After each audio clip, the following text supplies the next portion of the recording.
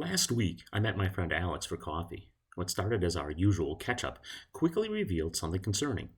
When I asked him how work was going, he admitted he'd been avoiding the office, not because of the commute or endless meetings, but because of a colleague who turns every interaction into a political debate.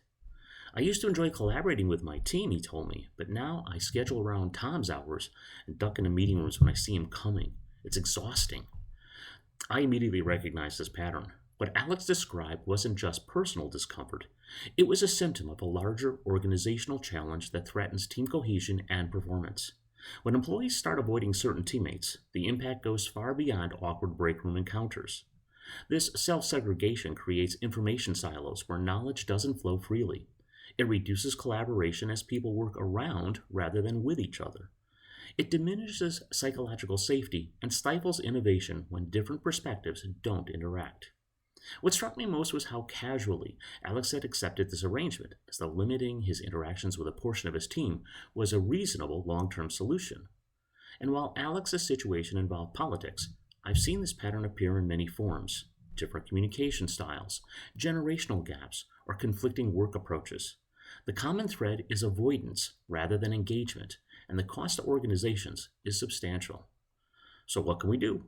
First, establish clear communication boundaries about appropriate workplace topics.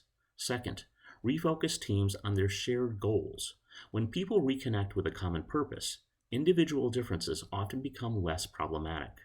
Third, create structured collaboration opportunities with clear objectives so people can work together productively despite personal differences. By the end of our coffee, Alex was considering how he might approach his manager about establishing clearer team norms rather than continuing his avoidance strategy. But what about you? Have you found yourself modifying your work patterns to avoid certain colleagues? Recognizing when avoidance has become your default approach is the first step toward creating a healthier team dynamic for yourself and your organization. I'd love to hear your experiences in the comments below, and if your organization is struggling with these hidden barriers to collaboration, well, let's connect about how to rebuild those essential bridges between teammates, and we'll keep learning and innovating together.